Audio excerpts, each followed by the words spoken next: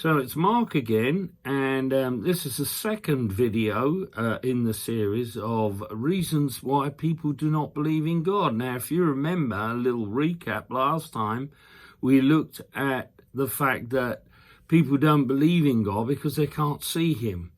But if you remember, we talked about things that we can see, like electricity and wind, and yet we know they exist, and we see the effects that they have. Now, in this second little video, I'm going to challenge you in the area that people don't believe in God because they don't understand him. Now, there are a lot of things that we all take for granted that we don't understand. Now, I drive a very nice car.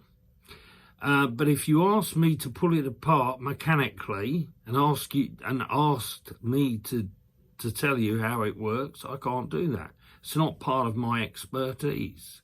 I don't understand the mechanics of how a car works.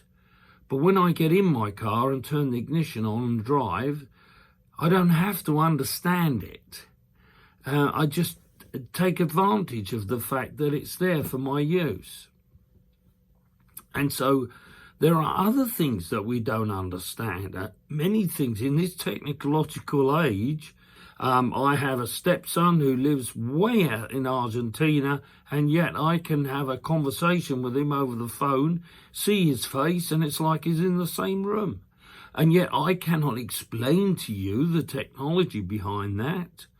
It's just far beyond my way of thinking. Now, there are people who can do that. There are people who study that. But just because we don't understand something, we cannot use that as a reason for not accepting something. I accept things that I don't understand, and I'm sure you accept things you don't understand.